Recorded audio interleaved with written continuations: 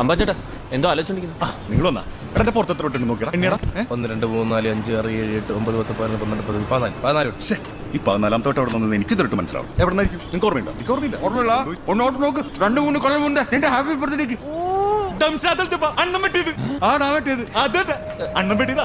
ലാലന്റെ കീഴിൽ എത്ര കാണിച്ചിട്ട് മനസ്സിലായില്ല. ഞാൻ അടിച്ച പൂസായിരുന്നു. എനിക്ക് ഭയങ്കര ദേഷ്യം വന്നു. ഞാൻ വാലിൽ തൊട്ടോട്ട് 30 സ്റ്റിക്ക് ഇപ്പൊ ഓർമ്മ. ഞാൻ അടിച്ച റപ്പന് കോണാൻ ഒന്നും അറിഞ്ഞില്ല. നാണം ഇതിനുവരെ വെട്ടിയിട്ടും അണ്ണനെ പരിച ചേട്ടനൊന്നും ചെയ്തില്ലേ? സ്വന്തം ചേട്ടനെ പോലെ ആയണ്ടായിരിക്കുമല്ലേ.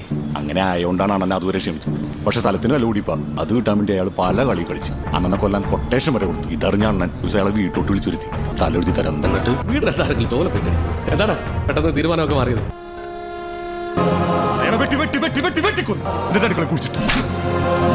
ഭിത്തി തെറിച്ച് അയാളുടെ ചോരയുടെ മേളിൽ ഉമ്മന്ന പെയിന്റ് അടിച്ച്. എന്നിട്ട് അതിന്റെ മുന്നിൽ അണ്ണം നിന്നുകൊണ്ട് ഒരു അലർച്ചയുണ്ട്. ഞാൻ കണ്ടില്ല. പക്ഷെ കണ്ട ആൾ ഇതേം ബാക്കിൽ പറഞ്ഞു. എന്നിട്ട് അയാൾ ഒരു പ്രത്യേക സാഹചര്യത്തിൽ അണ്ണൻ തന്നെ ഇല്ല പറഞ്ഞോട്ട്. ഞാൻ ജോയിൻ ചെയ്തിട്ട് 5-6 വർഷമായിട്ടുള്ളൂ. നാട്ടിലൊരു തല്ലേസാറിന് ഒളിവിൽ വന്ന പിന്നെ പോയില്ല. അമ്പാണ് ഇതെന്താ എല്ലാവരും ഭയങ്കര ബോധം.